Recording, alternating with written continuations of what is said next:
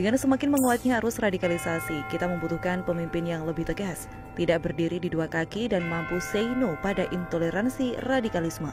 Pasca Jokowi kita mempunyai Ganjar, Ridwan Kamil, dan Anies. Ganjar lumayanlah, RK masih tanda tanya. Sementara Anies tentu sudah kita tahu sepak terjangnya pada Pilkada DKI lalu. Lupakan sejenak mereka. Mengapa kita tidak berpaling pada Gus Yakut sebagai calon RI 1? Lebih dikenal dengan Gus Yakut atau Gus Tutut. Jadi panggilan lain dari Gus Yakut adalah Gus Tutut. Beliau lahir di Rembang 4 Januari tahun 75, hari ini berumur 46 tahun.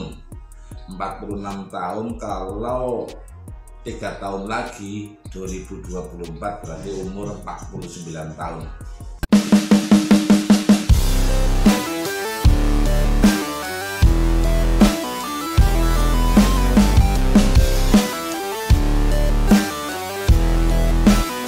Assalamualaikum warahmatullahi wabarakatuh, sahabat subscriber dimanapun berada, jangan lupa bahagia.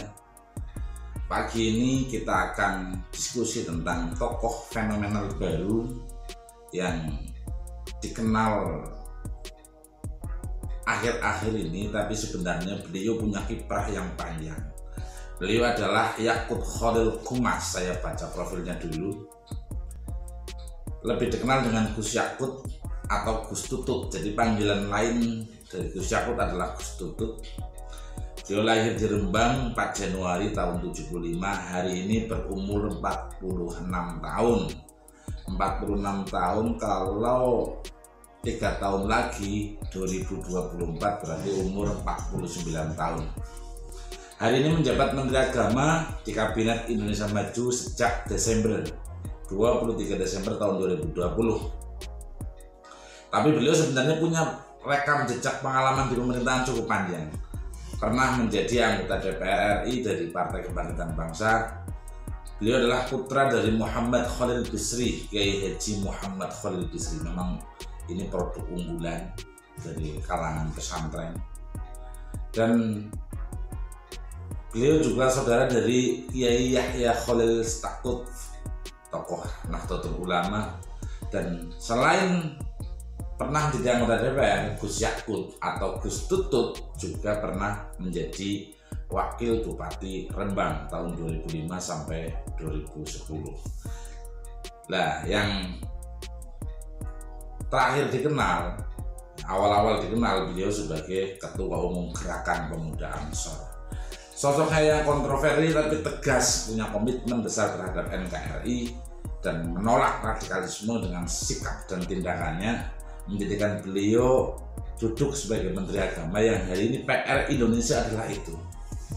Dan konsistensinya terhadap NKRI ini, konsistensinya abadi menjaga kebinekaan, abadi menjaga kerukunan berbangsa dan bernegara. Kemudian salah satu gagasan yang brilian dari beliau adalah tentang Candi Borobudur menjadi pusat peradaban agama Hindu. Ini tentunya beliau akhirnya hari ini berhitungkan Indonesia seandainya memiliki seorang presiden seperti Gus Yakut yang punya komitmen besar terhadap kebinekaan, yang punya komitmen besar terhadap NKRI. Dan Banser tahu sendiri, satu-satunya organisasi di Indonesia milik Ansor yang memiliki anggota ratusan ribu, tapi tidak pernah sedikit pun berpikir untuk kudeta kepada pemerintah yang sah, siapapun pemerintahnya. Ini yang luar biasa dari Gerakan Pemuda Ansor, dari Banser. Dan Gus Yakut adalah Ketua Umum Gerakan Pemuda Ansor. Beliau pada tahun 2012 aktif mengembangkan sayap NU Ansor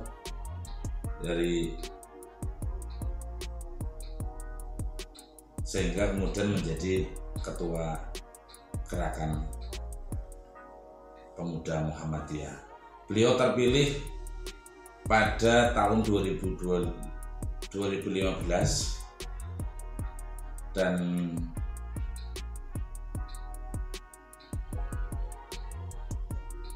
selama pemilihan umum gubernur Gus Yakut juga mendukung Pak Basuki Cahayapurnama atau Pak Ahok,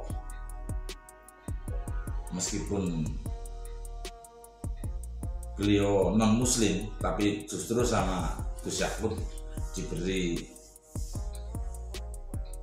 gelar Sunan Kalijodo. Jadi siapa tuh Sunan Kalijodo? Adalah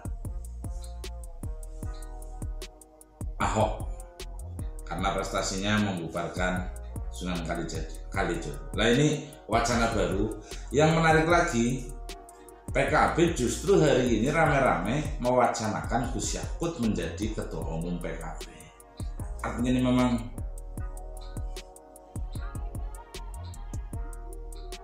ada kecenderungan Indonesia memang membutuhkan figur seorang yang masih muda, punya eksistensi dalam politik, dan punya komitmen terhadap persatuan negara.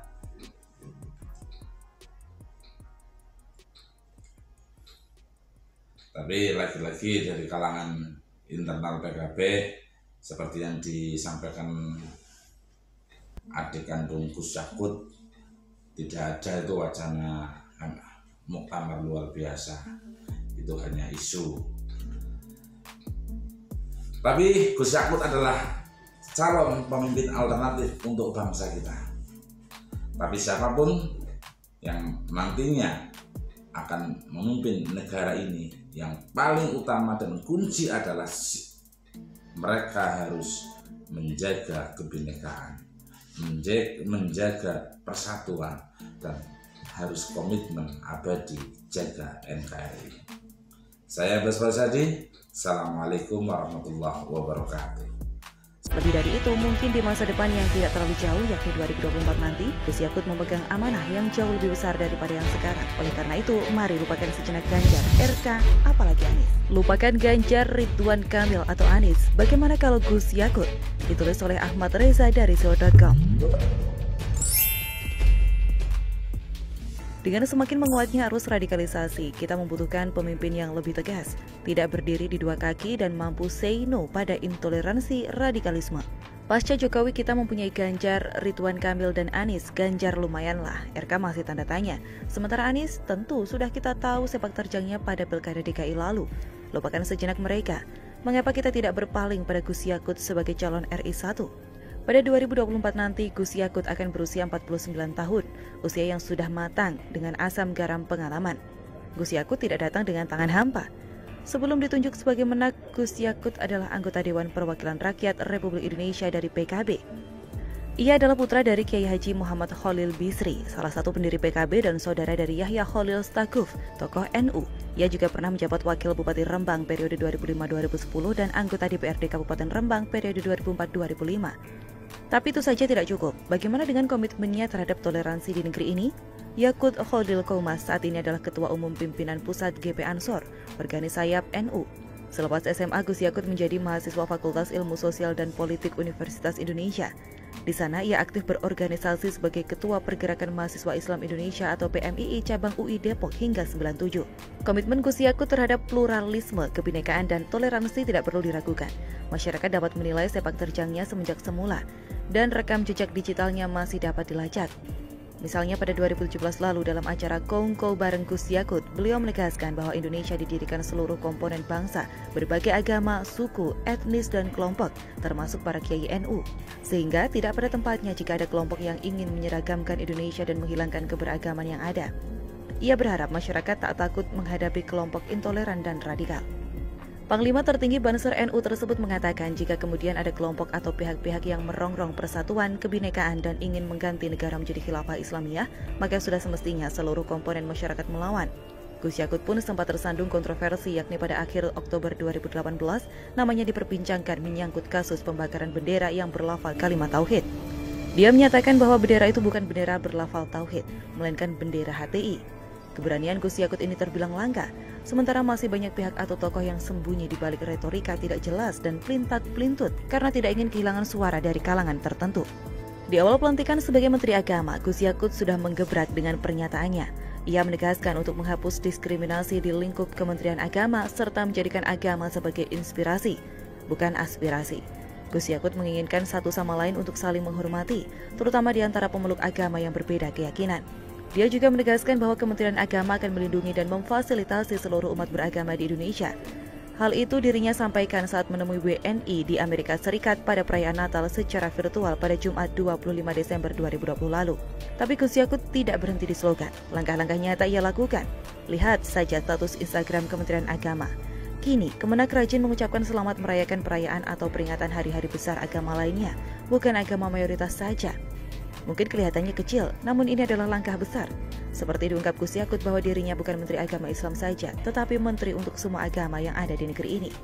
Gebrakan kedua yang dilakukan Gus Yakut adalah perihal jaminan perlindungan kepada kelompok minoritas, yakni Syiah dan Ahmadiyah. Seperti diketahui, lebih dari satu dekade nasib kedua kelompok ini sangat termarginalkan. Persekusi yang dilakukan ormas-ormas intoleran tidak pernah ditanggapi secara serius oleh negara. Negara seakan-akan tidak pernah hadir. Ironisnya, dalam beberapa kesempatan negara melalui aparat sipilnya justru ikut-ikutan mendiskriminasi anggota kelompok Syiah dan Ahmadiyah. Gebrakan lainnya adalah tentu dengan peran serta kementerian yang lain. SKP 3 Menteri yang baru-baru ini diterbitkan oleh Menak Gus Yakut, Mendikbud Nadiem Makarim, dan Mendagri Tito Karnavian. Gebrakan yang paling anyar dari Gus Yakut adalah masalah doa. Menak Yakut menginginkan agar doa pembuka di setiap kegiatan di lingkungan Kemenak tak hanya dilakukan secara Islami, tapi juga dilakukan secara agama yang diakui di Indonesia lainnya. Hal ini diapresiasi Jakatarub atau jaringan kerja antar umat beragama. Nah, yang paling anyar dari teranyar adalah gebrakan Gus Yakut agar Candi Prambanan menjadi pusat ibadah umat Hindu di dunia. Bagaimana? Keren bukan? Dengan semua fakta-fakta ini kita berharap Gus Yakut melakukan gebrakan-gebrakan lainnya. Intinya bisa mengembalikan negeri ini kepada trek yang benar, negara yang semula penuh toleransi, tepos liro, dan tenggang rasa. Maka tak salah jika kita berharap banyak di pundak Gus Yakut. Kemenak menjadi kementerian yang menaungi segala macam agama dan kepercayaan di tanah air. Lebih dari itu, mungkin di masa depan yang tidak terlalu jauh, yakni 2024 nanti, Gus Yakut memegang amanah yang jauh lebih besar daripada yang sekarang. Oleh karena itu, mari lupakan sejenak Ganjar, RK, apalagi Anies.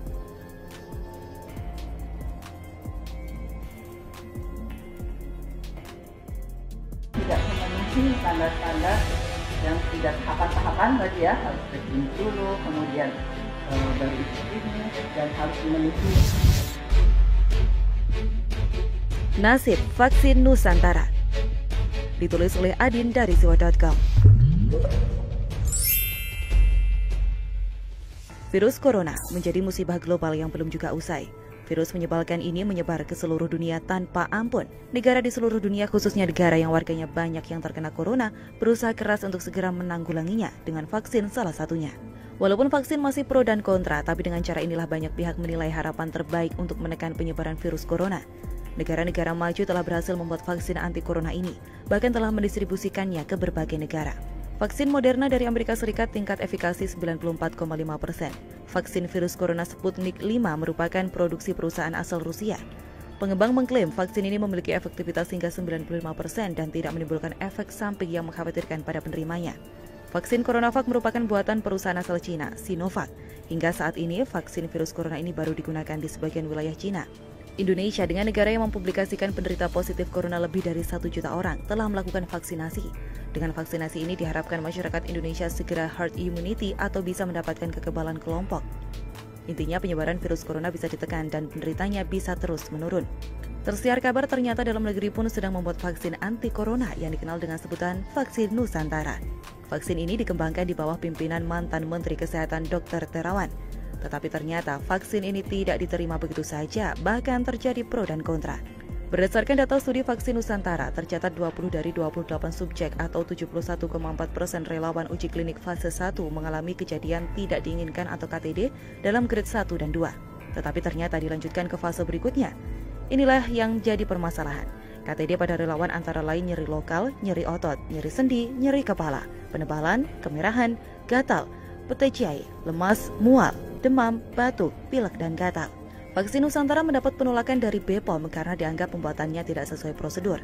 Tapi ternyata banyak pihak yang mendukung, khususnya dari para politikus. Hal ini dilihat dari orang-orang yang menjadi sukarelawan pembuatan vaksin Nusantara. Mereka adalah mantan Menteri Kesehatan Siti Fadilah, Jenderal Gatot Nurmantio, Abu Rizal Bakri, anggota DPR, dan lain-lain. Kita sebagai masyarakat tentu bingung. Kita ingin mempunyai vaksin anti corona sendiri, sehingga tidak perlu membeli ke luar negeri. Terasa bangga jika hal ini berhasil. Tapi tentu tidak ingin vaksin ini nantinya malah membuat hal-hal yang tidak diinginkan, seperti efek samping vaksinasi yang mencelakakan subjek. Sampai saat ini BPOM selaku pihak yang berwenang soal vaksin tidak memberikan sinyal positif atas pembuatan vaksin Nusantara ini. Tetapi anehnya tim Dr. Terawan tetap melakukan penelitian untuk kesempurnaan vaksinnya. Sebaiknya tim peneliti terus mengembangkan vaksin ini sesuai prosedur, sehingga tidak membuat kegaduhan dan kecemasan masyarakat. Bisa saja pendapat masyarakat akan terbelah antara yang mendukung dan tidak terhadap pembuatan vaksin Nusantara. Masyarakat yang mendukung cenderung akan menyalahkan BPOM, seolah lembaga ini tidak mendukung putra-putri Pertiwi berkreasi membuat vaksin dalam negeri. Sebaliknya, pihak yang kontra akan mendukung BPOM. Mereka akan menyalahkan tim Dr. Terawan yang sudah bersusah payah dalam proses pembuatan vaksin Nusantara. Seolah mereka menyalahkan tim Dr. Terawan kenapa tidak mengikuti prosedur yang telah ditetapkan BPOM. Serba salahkan masyarakat. Pemerintah sepertinya harus turun tangan dengan membuat tim khusus. Tim ini bertugas untuk menyelaraskan antara BPOM dengan tim Dr. Terawan. Karena kita yakin BPOM maupun tim pembuat vaksin mereka bertujuan mulia untuk Indonesia lebih baik, khususnya tentang upaya menekan penyebaran virus corona. Jika perselisihan antara BPOM dan pihak pembuat vaksin Nusantara terus berlanjut, maka akan menghambat upaya menekan penyebaran virus corona.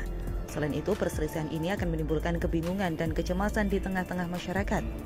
BPOM dan tim vaksin Nusantara harus duduk bersama untuk menyamakan persepsi, bicara dari hati ke hati supaya masalah segera ditemukan titik tujuan yang membawa maslahat bagi semua pihak.